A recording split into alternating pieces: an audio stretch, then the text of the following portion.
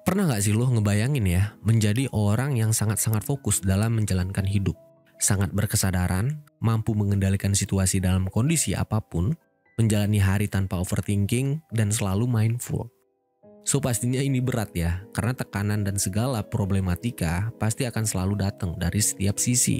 Baik itu dari lingkungan pekerjaan lo, sekolah, keluarga, ataupun bisa jadi dari lingkungan yang berada di luar jangkauan lo.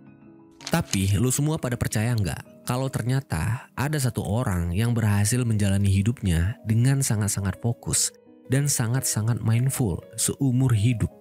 By the way, orang ini udah pernah gua bahas juga sih sebenarnya, dan dia merupakan seorang samurai yang sudah melakukan 61 kali duel tanpa kalah sekalipun dan dinobatkan sebagai samurai terbaik sepanjang sejarah Jepang.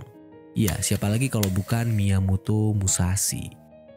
By the way, di sini gua nggak bahas perjalanan hidupnya ya, karena biografinya dia udah pernah gua bahas. Jadi buat lu yang penasaran sama perjalanan hidup Musashi, lu bisa cek video gua yang ini. Nah, yang mau gua bahas di sini adalah karyanya, karya yang berisikan semua rahasia tentang gimana seorang Miyamoto Musashi bisa jadi sangat-sangat fokus, mindful dan berkesadaran penuh atas dirinya sendiri, sehingga dia mampu memutuskan apa yang harus dan tidak untuk dilakukan. Dan ngebuat dia tahu apa tujuan dia hidup.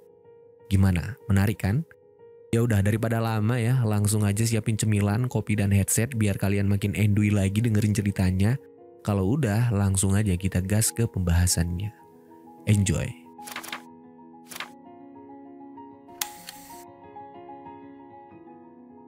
Jadi sebelumnya gue mau jelasin dulu nih kenapa gue nyebut Musashi samurai bukannya Ronin. Nah, seperti yang udah gue jelasin di video-video sejarah Jepang sebelumnya, samurai dan Ronin itu bedanya cuma satu, di tuannya doang. Iya, samurai itu bertuan dan Ronin itu tidak bertuan. Nah, Musashi dia ini awalnya emang pure Ronin karena dia merupakan ahli pedang yang agak sedikit keluar dari kewajiban samurai pada umumnya. Karena dia lebih fokus dalam pengembangan diri daripada pengabdian. Nah, Musashi dalam hidupnya pernah 2 kali mengabdi ke klan besar. Yang pertama di sekitaran tahun 1600 pada saat perang Sekigahara pecah. Di perang ini dia mengabdi ke klan Toyotomi. Tapi sayang Toyotomi dihancurin total sama klan Tokugawa yang menandai dimulainya zaman Edo. Yang kedua di sekitaran tahun 1633. Di akhir hidupnya setelah memutuskan untuk tidak lagi melakukan pengembaraan, dia akhirnya milih mengabdi ke klan Hosokawa yang saat itu menguasai wilayah Kumamoto. Dan di sana dia juga mendapatkan gelar bangsawan dan akhirnya meninggal dengan terhormat sebagai seorang samurai. Nah, atas alasan inilah kenapa gua nyebut Musashi sebagai samurai, karena di akhir hidupnya dia meninggal dengan terhormat sebagai seorang samurai. Di era feodal Jepang dari zaman Heian sampai akhir zaman Edo, duel antar samurai itu emang selalu berujung kematian. Karena di zaman itu, untuk berbagai alasan, seorang ahli pedang bisa aja menantang ahli pedang lainnya untuk duel 1 lawan 1. Dan biasanya, duel dilakukan sampai salah satu dari mereka tewas atau menyerah. Nah, samurai umumnya berpegang teguh pada prinsip Bushido, yaitu 7 kode etik para samurai, yang nggak boleh dilanggar sedikit pun. Makanya, pihak yang kalah biasanya akan selalu memilih kematian sebagai solusi terakhir. Kenapa? Karena di poin ke-6 Bushido ada yang namanya Meiyo, kehormatan. Nah, budaya kehormatan dan malu di era feodal Jepang itu kental banget. Bahkan bisa dibilang sangat-sangat kental. Mulai dari bangsawannya sampai masyarakatnya, semua berpegang teguh pada kehormatannya masing-masing.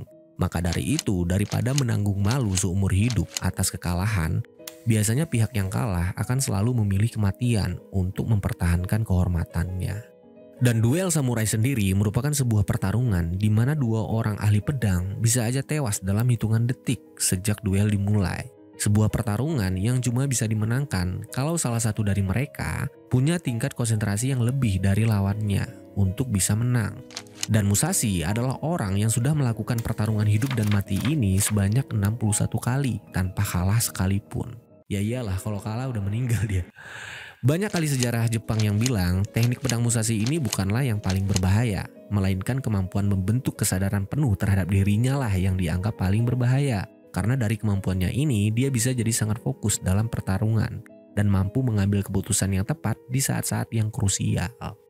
Dan gak cuma itu doang, sebagai seorang ahli pedang yang udah ngalahin puluhan orang ya, termasuk beberapa dojo ternama, tentu banyak dong orang yang nyimpen dendam dan ngeburu dia. Tapi nyatanya Musashi berhasil hidup damai tanpa dihantui rasa takut sampai umur yang cukup tua, yaitu 60 tahun.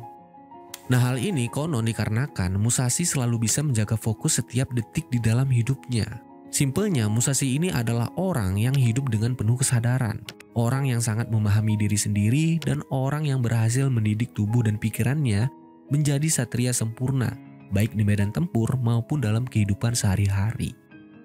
Dan untungnya sebelum dia meninggal, Musashi sempat menyelesaikan beberapa karya tulis yang menurut gua karyanya ini menjadi suatu warisan berharga dari seorang samurai terbaik yang pernah ada dalam sejarah Jepang. Karena di dalam karyanya ini dia nulis semua rahasia maupun pembelajaran hidup penting tentang bagaimana cara menjadi manusia super tangguh yang mampu mengendalikan dirinya secara maksimal. Dan Musashi membeberkan semua rahasianya ke dalam karya-karyanya ini juga bukan tanpa alasan. Tujuannya agar generasi selanjutnya bisa lebih memahami arti hidup lewat karya-karyanya ini. Nah, karya-karyanya tersebut yang pertama ada The Book of Five Rings. Ini isinya tentang teknik-teknik pedang dan beberapa filosofi hidup. Dan yang kedua, dan menurut gua yang paling penting adalah ini, Dokodo. Kenapa Dokodo? Karena di dalam Dokodo, Musashi mengajarkan kita tentang gimana caranya menjadi orang yang tahan banting, cara memiliki mental dan fokus sedalam dia, dan juga cara menjalani hidup sebagai seorang pemenang. Di dalam Dokodo ada 21 ajaran tentang gimana cara kita menyikapi hidup. Tapi kalau gua bahas tuntas 21 ajaran ini, durasi video bisa sampai malam takbiran, Pak. Maka dari itu, di sini gua udah nyoba ngerangkum 21 ajaran tersebut ke dalam 3 hal penting yang selalu ditekankan oleh Musashi. Yang pertama, menerima keadaan. Yang kedua, pengendalian nafsu. Dan yang ketiga, bertanggung jawab atas diri sendiri. Oke, mari kita bahas satu-satu ya. Menerima keadaan. Oke, ini adalah ajaran yang paling pertama yang Musashi ajarkan kepada kita. Di dalam Dokodo, Musashi ngomong gini, terimalah keadaan sebagaimana mestinya. Nah, poin penerimaan keadaan kayak gini sebenarnya ada banyak ditekankan Musashi di poin-poin lain. Tapi menurut gua ini yang paling ngena. Karena Musashi di sini sadar kalau kebanyakan manusia seringkali sulit dalam menerima keadaan. Bahkan ada yang sampai menyangkalnya. Baik itu terkait diri kita, orang-orang di sekitar kita, maupun soal dunia di sekitar kita. Misalkan diri kita aja deh, kita sering banget kan nolak atau mengakui sesuatu yang tidak sesuai dengan keadaan. Contoh, cinta ditolak, dukun bertindak. Pernah kan dengar kata-kata ini? Nah, ini merupakan situasi di mana seseorang tersebut tidak bisa menerima keadaannya. Bahkan dia nyoba untuk merubah keadaan tersebut sesuai dengan apa yang dia inginkan lewat ilmu gaib. Nah, ini kan tindakan yang cuma buat lu terlihat konyol. Untung-untung gak ketahuan. Lah kalau gagal terus ketahuan, ini kan bisa langsung ngancurin reputasi lu sebagai seorang individu. Lu gak cuma dapat malu, tapi juga udah pasti dibenci sama si doi. Dan yang parahnya, orang-orang terdekat lu juga bakal ngejauhin lu. Kita sebagai manusia emang kadang-kadang terlalu takut untuk mengakui ke diri kita sendiri bahwa kita punya kelemahan-kelemahan tertentu. Dan bahkan gak sedikit juga yang terlalu larut dalam pikiran negatif soal diri sendiri. Sehingga kita lupa dengan potensi-potensi besar yang kita punya. Dan ini adalah masalah. Kenapa? Karena ketika kita gak bisa menerima kenyataan dalam hidup, udah pasti kita bakalan susah untuk berkembang. Dan kita bakal kehilangan fokus terhadap kehidupan sehari-hari. Karena pikiran kita akan terus dibuat overthinking dengan hal-hal yang gak mau kita terima. Nah, sekarang coba deh pikirin sebaliknya. Kita bisa menerima kelemahan-kelemahan dan keadaan kita sekarang. Tentu akan banyak pengembangan yang bisa lu dapet. Lu bisa tahu lu ahli di bidang apa, beban pikiran lu juga gak banyak, karena lu bakal fokus banget menjalani hidup. Dan tentunya lu bakal bisa mengatasi kelemahan-kelemahan tersebut. Nah, inilah alasan kenapa Musashi mengajarkan menerima keadaan, agar lu bisa lebih memahami diri lu sendiri.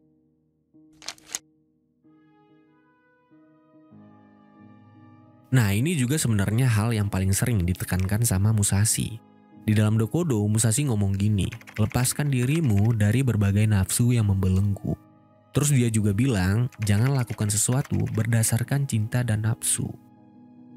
Oke, nafsu. Nah, nafsu ini adalah sesuatu yang bisa sangat mengganggu cara kita berpikir, cara kita mengambil keputusan, dan juga bisa mempengaruhi gimana cara kita memilah mana yang baik dan mana yang buruk. Nah, dari sini tentu timbul pertanyaan, emang gimana sih cara mengendalikan nafsu? Sebenarnya hal ini udah tergambar jelas di dalam Dokudo. Dalam Dokudo, Musashi bilang kayak gini, janganlah kamu makan sesuatu hanya karena itu enak. Gimana? Paham kan? Ini menurut gue selain simple dan keren, kata-katanya ini juga on point banget. Jadi menurut gue kunci pengendalian nafsu itu adalah gimana cara lu mengendalikan diri. Contoh, Musashi tadi singgung soal makan. Nah, tujuan makan itu apa sih? Untuk bertahan hidup kan, sekaligus sebagai sumber energi buat lu bisa beraktivitas setiap hari. Nah, memilah makanan yang kita makan harusnya fokusnya ke situ, bukan untuk memuaskan hasrat lidah doang.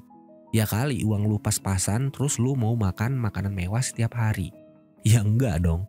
Nah, untuk itu lu harus bisa memanage makanan lu sesuai dengan apa yang lu butuhin, bukan untuk memuaskan hasrat lu doang. Nah, itu tadi contoh kecilnya. Contoh besarnya, misalkan lu kerja nih pagi, siang, malam buat dapat duit banyak. Ya kan harusnya lu ngerti dong tujuan lu buat dapat duit banyak itu apa. Bahagiain orang tua kah? Biar nggak dipandang rendah orang lain kah? Atau sekedar kepuasan belaka? Nah, ini nih yang sebenarnya yang harus kita sadari. Apa yang kita lakukan itu berdasarkan nafsu atau tidak. Karena selama kita melakukan sesuatu tanpa tahu tujuannya apa, sangat mudah buat kita tergelincir ke dalam hidup berdasarkan nafsu. Inilah yang Musashi coba tekankan untuk kita bisa memahami apa yang kita butuhkan. Karena kalau hidup sudah berdasarkan nafsu, semua keputusan bisa jadi tidak baik. Penilaian kita tentang baik buruknya sesuatu juga bisa sangat terganggu. Dan fokus kita dalam hidup bisa jadi sangat salah.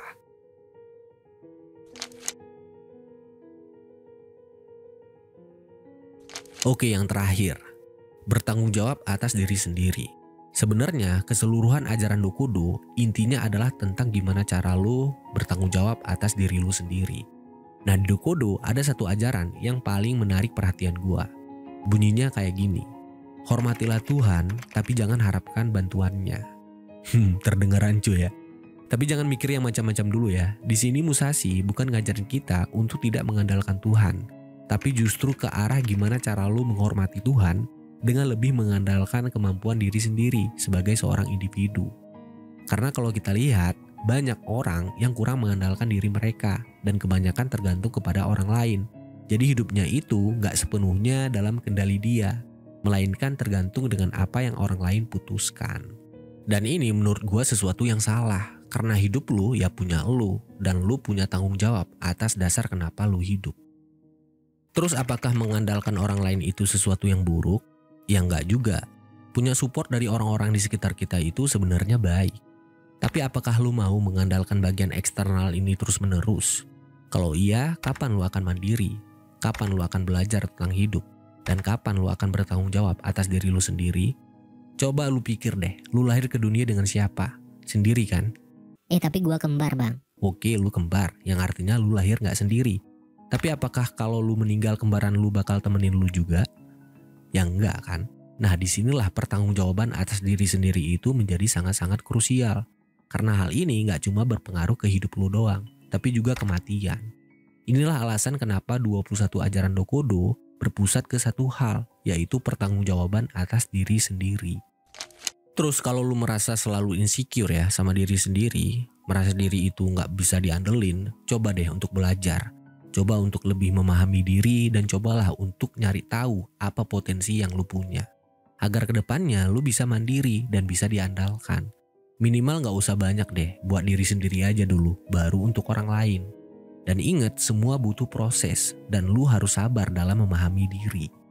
Musashi jadi samurai legendaris gak langsung jelek terus jadi gitu, enggak pak. Dia harus melewati beberapa proses yang sangat-sangat panjang. Mulai dari melatih mental dan pikirannya, sampai harus melewati 61 kali duel mematikan. Duel yang ngebuat jarak dan mati itu cuma jadi beberapa detik doang. Nah, proses inilah yang akan ngebantu diri lu berevolusi menjadi apa yang sebenarnya lu butuhkan, bukan sesuai dengan apa yang lu inginkan. So, itulah dia tadi pembahasan gue tentang cara mempelajari arti hidup lewat karya seorang samurai terbaik yang pernah ada dalam sejarah Jepang, yaitu Miyamoto Musashi. Jadi gimana menurut kalian tentang ajaran Musashi ini? Silahkan diskusi dengan sehat di kolom komentar. Dan ya, mungkin segini dulu video kali ini. Semoga menghibur dan nambah wawasan juga buat kita semua. Kalau ada kata-kata yang kurang berkenan, gue minta maaf. Dan kalau ada yang salah dari video ini, mohon dikoreksi. Jangan lupa subscribe dan like kalau kalian suka dengan channel ini. Makasih udah nonton. Hope you enjoy and see you guys in the next video. Peace out.